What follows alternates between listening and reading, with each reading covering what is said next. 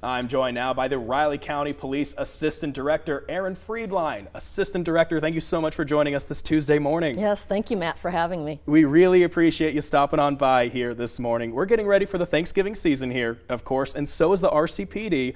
Now you're joining us up there with other agencies for the Kansas Thanksgiving Safe Arrival Traffic Enforcement Campaign. What's that enforcement look like on your end?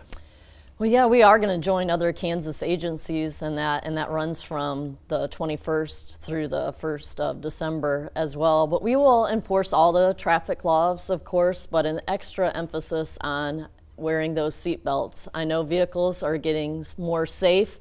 However, when you get in a crash and you're not secured in that seat, you're still going to get quite injured. So we really want to focus on people wearing their seat belts. Right, and there's going to be some extra overtime initiatives to increase the coverage of that. Is that right? Yes, KDOT helps sponsor this program, and they provide some funding to us to help pay for the officers to do the overtime enforcement, and that's just some extra eyes on the road to keep everybody safe, because we would rather everyone arrive alive than have to do any work any accidents or make any notifications of harm to a family member. Yeah, especially during the holidays, of course, there. Well, I wanted to ask you, in your time with RCPD, can I have you speak to just how much of a difference actually buckling up can really make?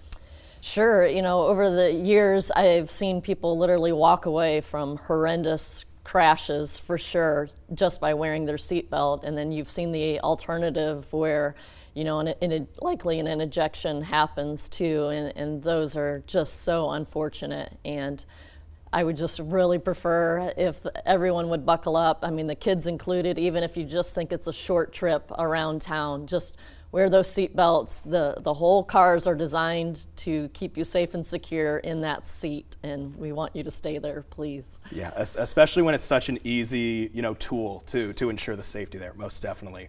Well, we also wanted to touch on the Safe Cam initiative this morning here. We've reported on this on our show before, but for those that aren't aware, can I have you speak on how everyday citizens can actually help make a difference with potentially solving a crime through the Safe Cam project?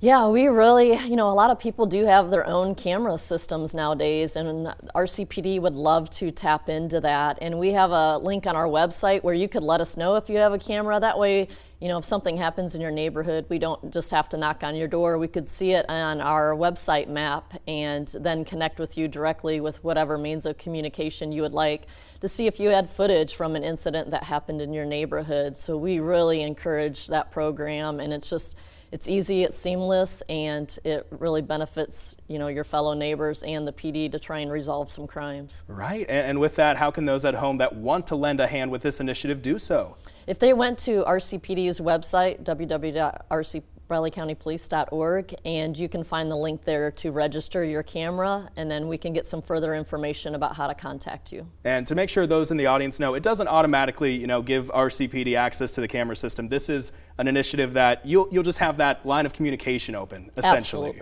Absolutely, yes.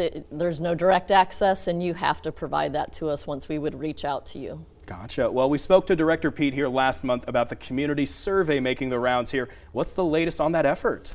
Yeah, we've had a decent amount of responses, but we definitely could use quite a bit more. And it's just, there's some question answer and open-ended questions for RCPD to really try and get some feedback from our community members and people that visit Manhattan and Riley County to see how we're doing and where we could improve upon as well. And will that be on the website you just mentioned there as well, where people can find that survey?